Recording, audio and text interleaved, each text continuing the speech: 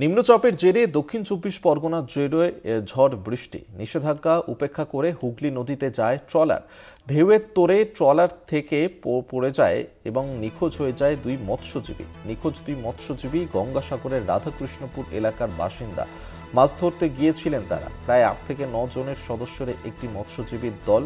নিখোঁজদের খোঁজে তল্লাশি শুরু হয়েছে।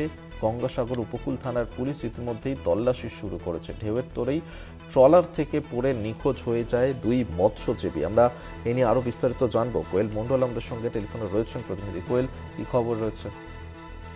একদমই অভিক, তুমি জানো ইতিমধ্যেই বঙ্গোপসাগরে শক্তিশালী নিম্নচাপের জেরেই কিন্তু দক্ষিণ চব্বিশ পরগনা জেলা জুড়ে দুর্যোগ জারি রয়েছে, উত্তাল রয়েছে নদী এবং সমুদ্র, এবং মৎস্যজীবীদের সমুদ্রে যেতে নিষেধাজ্ঞাও জারি করা হয়েছে। সেই নিষেধাজ্ঞাকে কার্যত উপেক্ষা করে হুগলি নদীতে মৎস্য শিকারে গিয়ে উত্তাল ঢেউয়ের তোড়ে ট্রলার থেকে পড়ে গিয়ে নিখোঁজ সাগরের দুই মৎস্যজীবী।